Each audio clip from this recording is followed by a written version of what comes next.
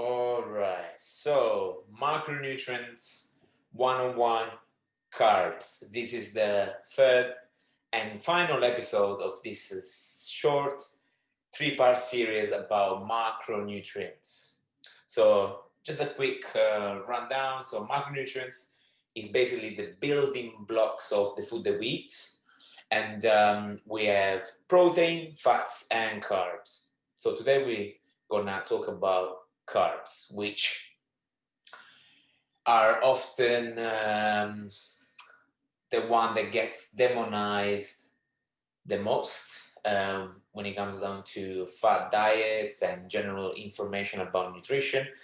Um, Although, yeah, fats gets his fair share too, but whenever I talk around, seems like carbs get always the worst rep. So I want to shed some light on carbs and understanding a little bit more about it.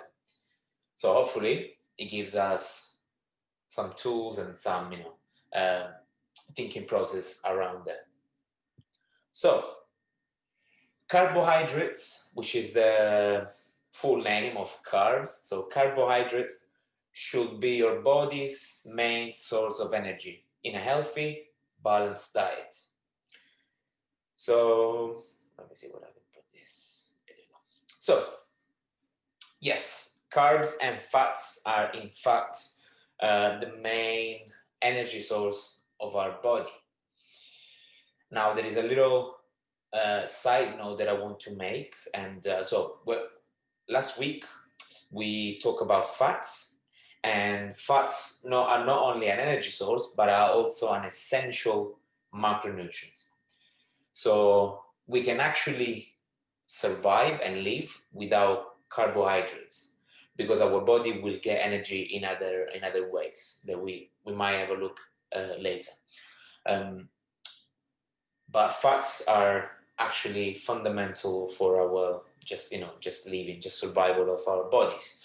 However, carbs are a very good energy source and energy source that our body really likes. Okay, so carbohydrates, they are broken down into glucose. So we're going into a little bit into the specific of how it works. So all the carbohydrates, this is very important, they are broken down into glucose, which is basically the sugar particle, whatever, I forgot the name, sugar. So before being absorbed into the blood. So they're broken down into glucose, which is the sugar, before being absorbed into the blood. The glucose then enters your body cells with the help of insulin. So this is also something that is important to kind of understand. So again, you eat carbs, they get broken down into glucose, which is sugar. So all carbs are broken down into sugar. So sugar is the simplest form of carbs.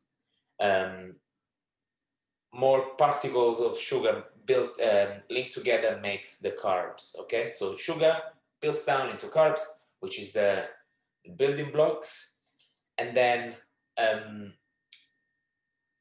this will spike the insulin. So whenever you eat carbs, insulin will go up, and this will basically open the gate of the body's cells, and then the glucose will enter the cells and be used as energy.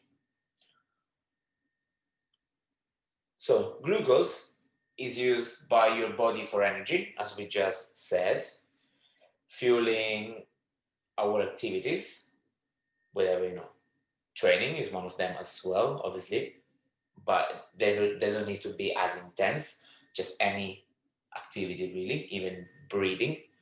And again, yeah, whether that's going for a run or simple breathing, yeah. So basically, glucose equals energy for our cells, for our body. So what happens then? Unused glucose can be converted to glycogen, which is found in the liver and muscles. So we can store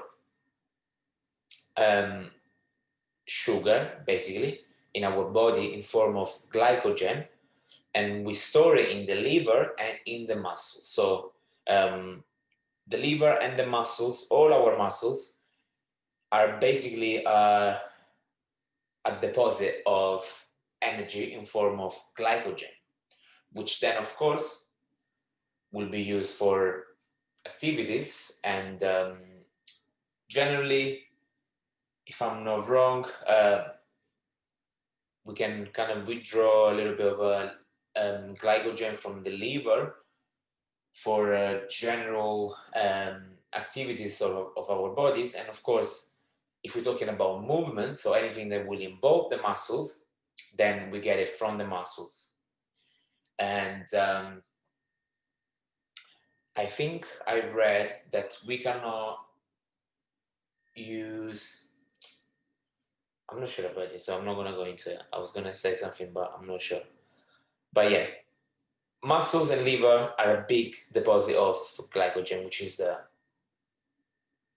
a form of sugar.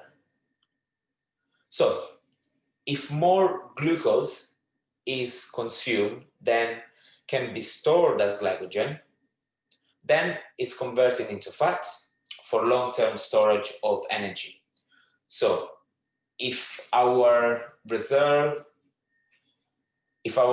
muscles and liver are already full of glycogen, what's going to happen? The glucose that we have in our blood, so let's say our muscles and our liver are already full of glycogen, and we eat more carbs, what's going to happen? Those carbs, they need to be converted into something else, and this is fat, okay? So excess glucose can be converted into fat if our storage are currently full, okay? So if muscles and liver are full of glycogen, then extra glucose will be transformed into fat.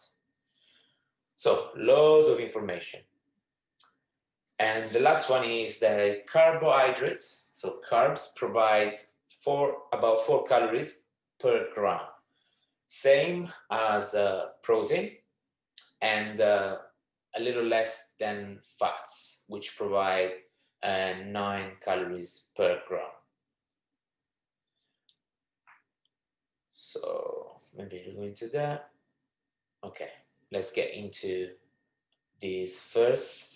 So now that we know a little bit more about carbs, how they affect, how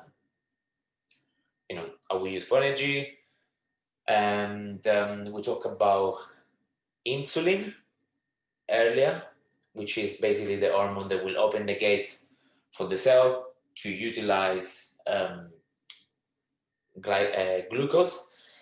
And so there are 3 main types of carbs. So the most simple, the simplest is sugar, which obviously, it can be added sugar which is included in most like biscuits, cakes, cereals, general desserts and chocolates and stuff, and also juices, keep that in mind. And of course, can also be from natural sources like fruit and honey. So even fruit and honey have sugar. It's natural, but they still have sugar. Good to keep in mind. Then we have starches, which is stuff like bread, rice, potato, pasta. So those are a little bit more complex form of carbs, which is basically, imagine all these molecules of sugar binded together, they will form starches, so bigger chain of molecule binded together. And then finally we have fiber, which is contained in fruit, vegetables, whole grains, and legumes. So fiber is actually interesting because although it is classified as carbs, I believe that most of the fibers we cannot break it down. We humans cannot break it down. So actually, while when we eat starches, our body will break it down into sugar, glucose, as we saw earlier, and we cannot break down fiber. So this is quite important because, of course, fiber can, helps with digestion, slows down the digestion. It can help to motility of the digestive tract. Basically, makes us go to the toilet. So keeps everything clean inside, keeps all the pipes clean. So yeah, these are the three type of carbs. Just keep in mind, fiber, we cannot really break it down, so we don't really utilize as energy per se, but we do, of course, with starches and sugar. So another thing to consider with the type of carbs is high and low GI, which is glycemic index. So the glycemic index, GI, is a rating system for foods containing carbohydrate. It shows how quickly each food affects the glucose, sugar, level in your blood when that food is eaten on its own. So basically, how affects glucose and also insulin levels. So sugar, for example, will have the highest GI. That means that whenever we eat, sugar, our blood glucose, of course, will spike up, and that will spike up our insulin. And as we saw earlier, that means that we get lots of this glucose into our bloodstream. While obviously stuff like starches will have a low GI, which basically is a slower release. So imagine sugar being a very strong and quick fire,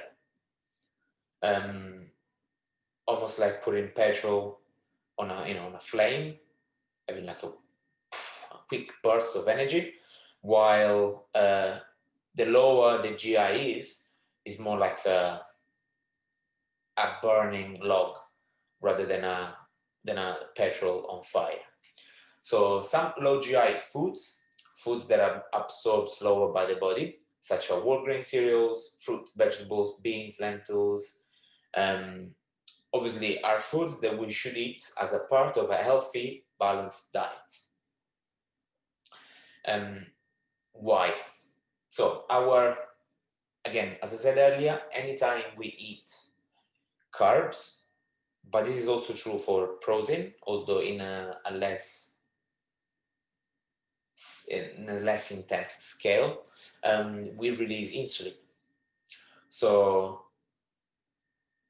as you might know, obviously insulin is a hormone that, if stimulated too often and in a certain degree, can lead to conditions like diabetes type 2, which is autoimmune. It can be one of autoimmune.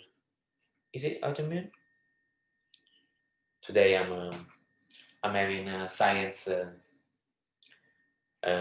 lax, but basically it's not good for you to have type 2 diabetes for sure, and it's something that we actually have a high chance of developing, with our current Western diet, where we might be eating, too much sugar or too many carbs when it's not needed. That's where we're going to lead to. But for now, just understand how low and high GI affect your insulin and your blood glucose. However, GI alone, so glycemic index alone, is not a reliable way of deciding whether foods or combination of foods are healthy or will help you lose weight. So,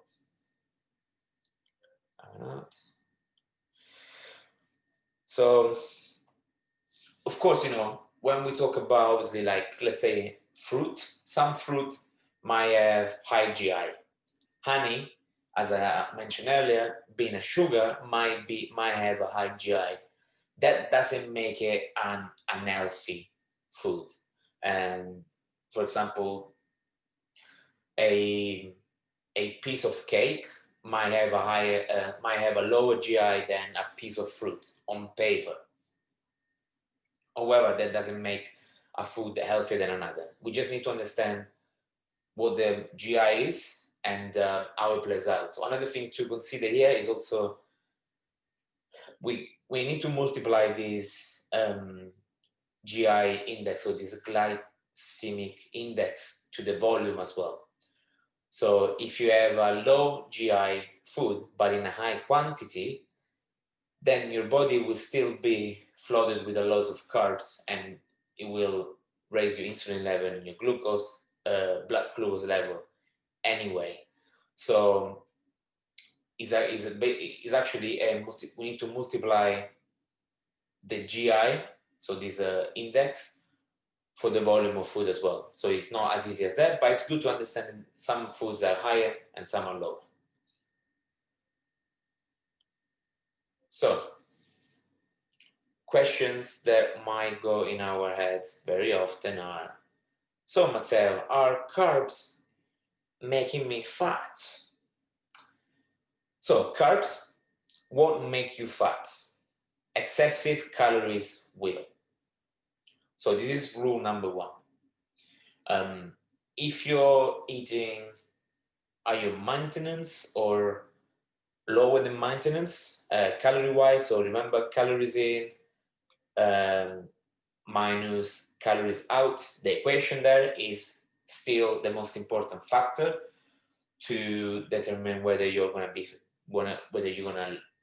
gain fat or lose fat. Okay, so carbs per se won't make you fat. Carbohydrates are the body main source of energy, as we said, and in their absence, your body will use protein and fat for energy. So this is important. Why? Because if I'm cutting out carbs because I believe that carbs are making me fat, but I'm still eating too many calories or an excess of calories compared to my intake, what's going to happen? Still, I have protein and fats that my body can still use as energy. So,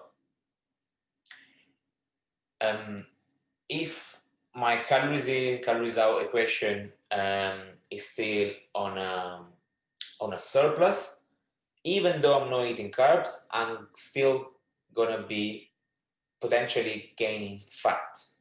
So cutting out carbs does not prevent you from gaining fat. So you can eat carbs and lose weight and lose fat, and you can cut carbs from your diet and still gain fat, because calories in, calories out is king here. So healthy sources of carbs such as higher fiber, starchy foods, vegetables, fruit, and legumes are also an important source of nutrients such as calcium, iron, and B vitamins. So cutting out carbs might not be the best option for general health. We just need to understand how to best use them. This is the key. Again, carbs, not carbs per se, but foods that contain carbs can actually be the healthiest food that we need to eat, or the most nutrient rich, like fruit, vegetables, and stuff like that. So ideally, we're not gonna cut out carbs altogether, or we shouldn't. And of course, try to limit the amount of sugary foods you eat, and instead include healthier sources such as whole grains, potatoes, vegetables, fruit, and legumes. So, because sugar and carbs is pretty much the same thing for the body, we want to try to get the best option available. So fruit, vegetables, whole grains, and stuff like that.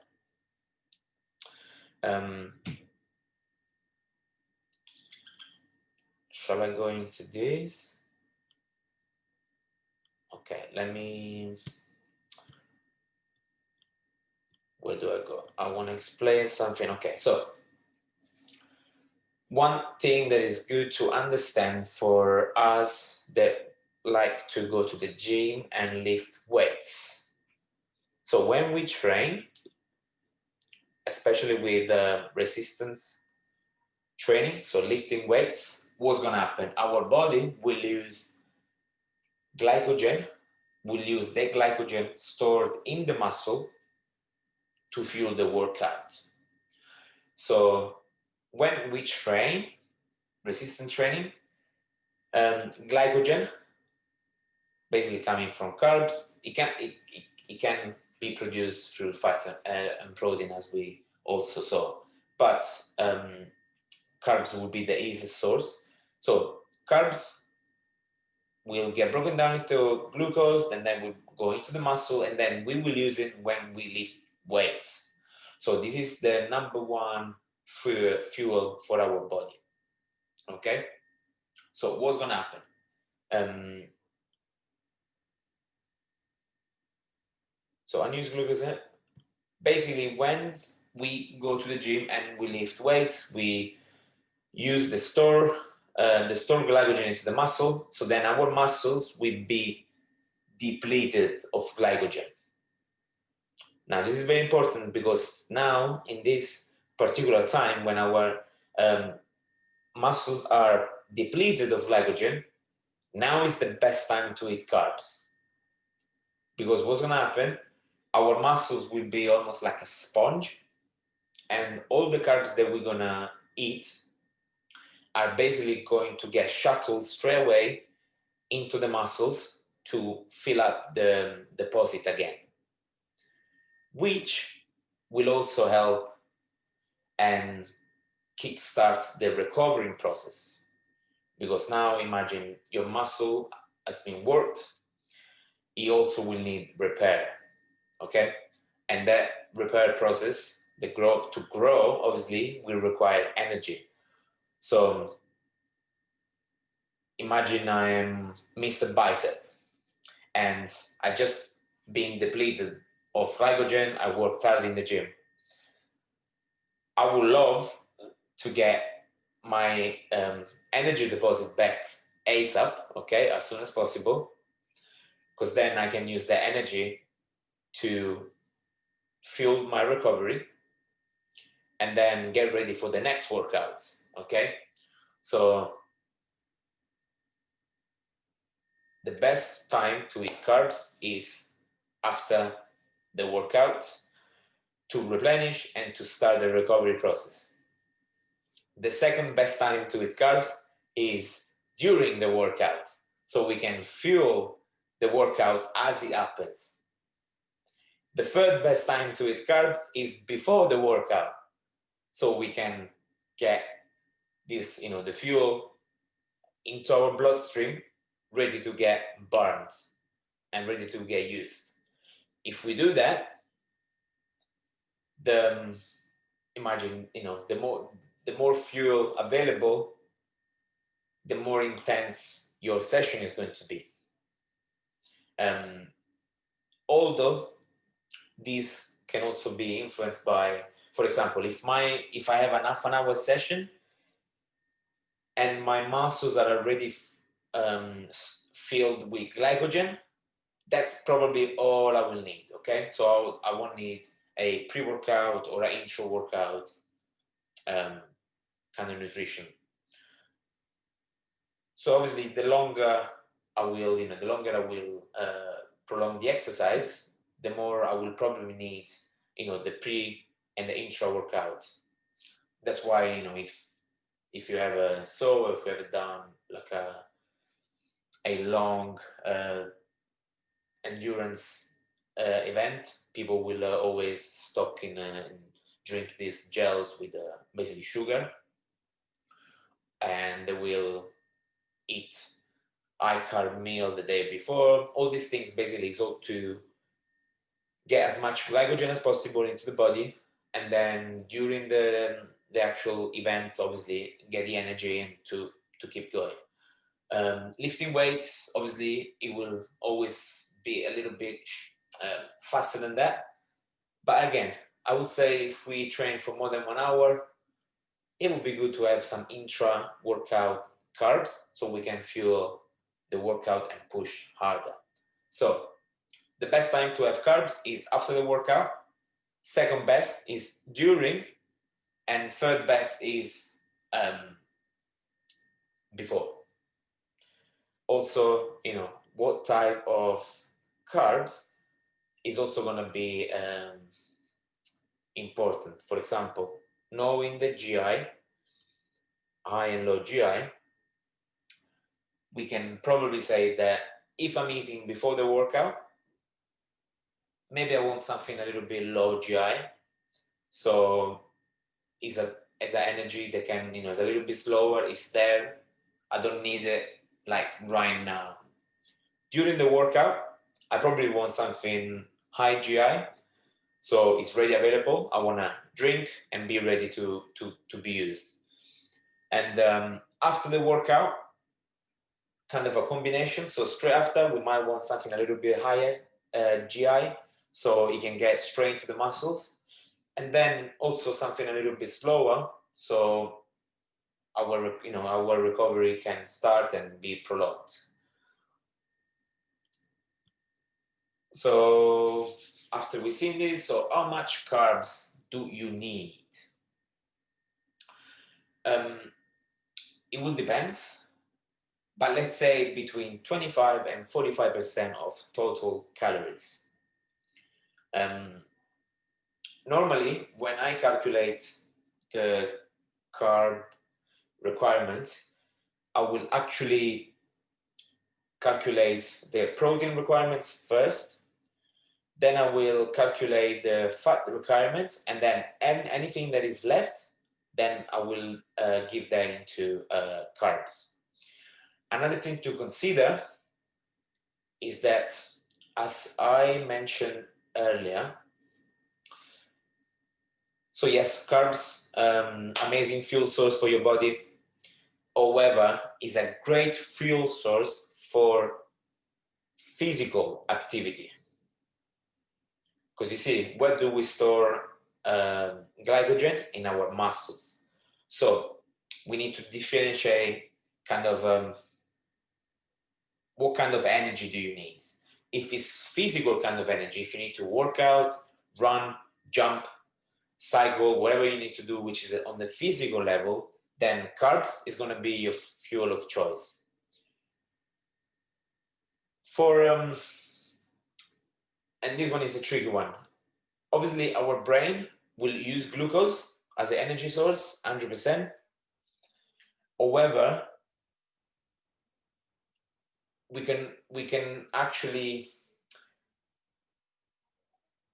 okay, so how do I explain this? Insulin spikes can actually make your brain functions fluctuate. Therefore,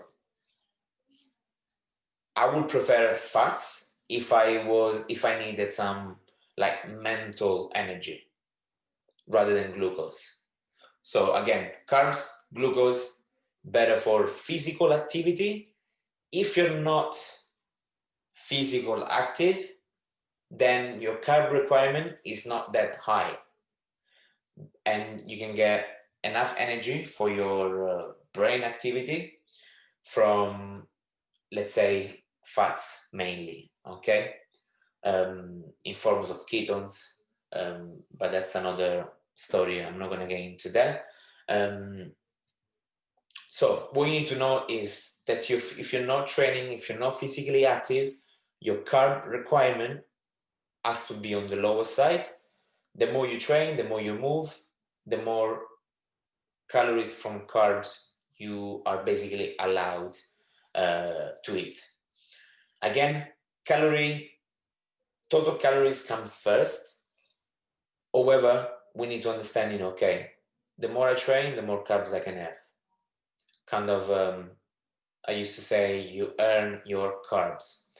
So that's, when we're looking at 25 to 45%, maybe 25% on a rest day, because I'm not training, whether maybe on a training day, I can have up to 45% of total calories. If you put that into practice, let's say Matteo, 80 kilo, calories requirement 2,500 per day. So for the lower end, I'm gonna do 2,500.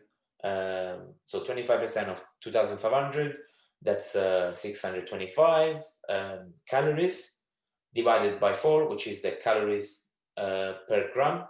That would be 156 grams per day. So that's the total amount of calories I will have per day on the lower end. And the higher end, I use the same formula. That would be a 280 grams per day. So as you can see, pretty big gap. So around 150 grams per day on the lower side. It's good. Normally, when we're looking at low carb diets, is normally, let's say ketogenic diets is normally between 50 grams per day, I believe. Low carbs are normally below 100 per day. So 150 is still like a low carb kind of diet, when obviously 280 is, pretty big carbs intake. So, practical applications. First of all, know the difference between low and GI carbs, and how that will affect obviously your energy level. Remember, we don't want these insulin spikes too often, because they will also influence our not appetite but hunger. So the more we spike the insulin up, we will feel like a big energy peak, and then it will drop down. So we will feel kind of tired, and we will need to eat sooner. So we want to try to maintain the insulin level stable. So knowing the difference between low and GI is important, but remember also the quantity is another factor that influence that. As I said earlier, eat majority of your carbs around training, because carbs equals fuel for training. And then try to avoid high fat and high carbs meal. Why? When we eat high carb meal, again, insulin is going to spike up. It's going to open the gate. And what's going to happen if we ate fat in the same meal? There could be a high possibility of the fat basically, getting inside the bloodstream, inside the cells a little bit too fast, which is not going to be great. So normally I will divide the meals into, obviously protein is always there. So protein and carbs around the workout, possibly, and then protein and fats away from the workout. So these are the kind of a meals combination. Of course, there can be some fat with carbs. What I'm saying is, high fat and high carb meals are not ideal. And if you look at it, most quote unquote unhealthy foods are basically a combination of high fat and high carbs. Chips, cakes, chocolate bars is all like high fat and high carb meals. So we want to try to avoid that. So that's it. Carbs are not your enemy. Conclusion, carbs are not your enemy. They can be your friend. They can be the fuel that is going to it's going to be the fuel that is going to fuel your workout. So it's going to fuel your workout. It's going to help your recovery. So if you use it wisely, it can be your friend, not your enemy. However, and it might not be for us that love to train, but just remember, carbs can be are not bad, but obviously we want to limit the intake if we are not active. That's all I would say. If you use them, then you need them. If you don't use them, you don't really need them. As I said, they're not essential as macronutrient. So if you use it, get them. That's cool. If you don't use them, reduce them, as you want to avoid the insulin spikes when possible. But again, calories in, calories out is king here. So if you're going to use, if you train, be friends of carbs, they can help you back.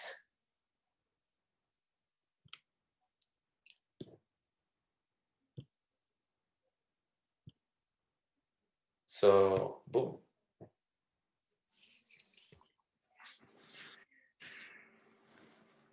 How was it? Yeah, good. Interesting. I was going to ask you about all the, why is it good to eat carbs at certain times and not at others? And so you answered that brilliantly. So thank you. And I suppose the only other thing I would, as an observation, just mention is that carbs is probably the easiest thing to kind of slip up on. So like in theory, yeah, great, only eat a certain amount of carbs. But like, when a bag of chips comes and it's like family size and you just like accidentally eat the whole thing. Yeah. Whoops. These like, loads of rice or bread or whatever. It's just like, it comes in big sizes. Yes, and also this ties back to what was the call? We made the call. We are wired to eat, which is basically, I remember, sitting down and looking at this loaf of bread and asking myself, why is bread so good? I mean, who doesn't like bread, right? Or pasta or pizza?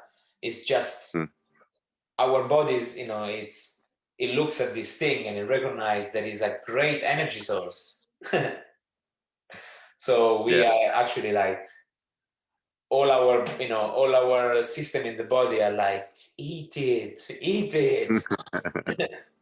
Just want to keep you alive, So yeah, it's very easy to overeat on carbs, 100%. Yeah, and it's a bit less clear cut because, like you say, carbs are good in comparison to, like, say a cake or something that's obviously bad for you, like a chocolate bar or something. But then too much is exactly the same. It's like, if you eat half that loaf you may as well have eaten the piece of cake or whatever. Yeah, so one thing obviously that helps there is obviously mixing it up with sticking to unprocessed sources. So like, maybe whole grains, main starches, of course. And then obviously, mixing up the meal obviously with veggies, with protein, which basically, let's say they're gonna have, lots of volume.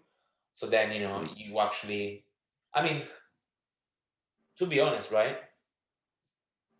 When I eat my biggest meal for dinner, so my plate is basically, let's say, okay, if you divide it in thirds, is 1/3 is meat, 1/3 is veggies, and then 1/3 is, can be potatoes or rice.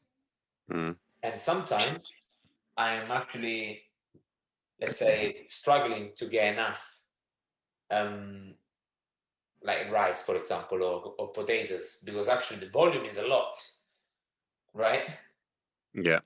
So, obviously, that's why one of the first advice is always, unprocessed food, because it's actually hard to eat a lot of unprocessed food. But yeah, if you go into like cakes and stuff like that, that's basically like, I think the only way I will allow, like a cheat food is because I think they're cheating me. Like there is no way I can have so many calories in such a small piece. It's actually nothing in nature like that. So that's where the cheating is. Yeah. They cheat in loads of calories into a small amount of food. But yeah, definitely I guess carbs and fats is the most easy to overeat. Yeah, for sure. Because it just tastes so good. Like there's a reason why a McDonald's fry tastes so good. It's like the exact thing your body wants. It's like 50% carb, 50% oil, and then shitloads of salt. Like Oh your yeah. body just goes like, oh yeah, that's what I want. Yeah, exactly. Same with like With bag the of chips or whatever. survival 101. Yeah, exactly. And the Krispy Kreme donut, I think it's got the same like ratio of carbs to fats, but no salt, obviously. So or Yeah, minimal anyway. sugar instead. Yeah. So yeah, but again, one thing that I found helpful is use carbs in my advantage, and even using sugar in my advantage. Like if I'm craving something like like maybe even a donut, but that's not probably the Mm. best food because it has fats. Maybe I can satisfy my sugar cravings by having something sugary after the workout. Mm. So that's why for example, the cereals um, with the protein shake after the workout. But to be fair, it could be anything. Like Oh yeah, I I went out and I'm bought a scared box now. of Coke. No. I bought a box of Cocoa Pops after your suggestion, Oh yeah, and I hadn't had Cocoa Pops since I was like a kid, and oh my god, they're amazing. exactly. I Right. love them. Yeah. So obviously something that I wouldn't eat otherwise. Like if I'm not training, I'm not gonna have Cocoa Pops. But if Mm. I'm training, I want Cocoa Pops because they're gonna be the fastest way for me to start the recovery process. Mm. So again, there is no better, good or bad. It's just um, how you use it Mm. Yeah. rather than abuse it. Yeah. Yeah, exactly.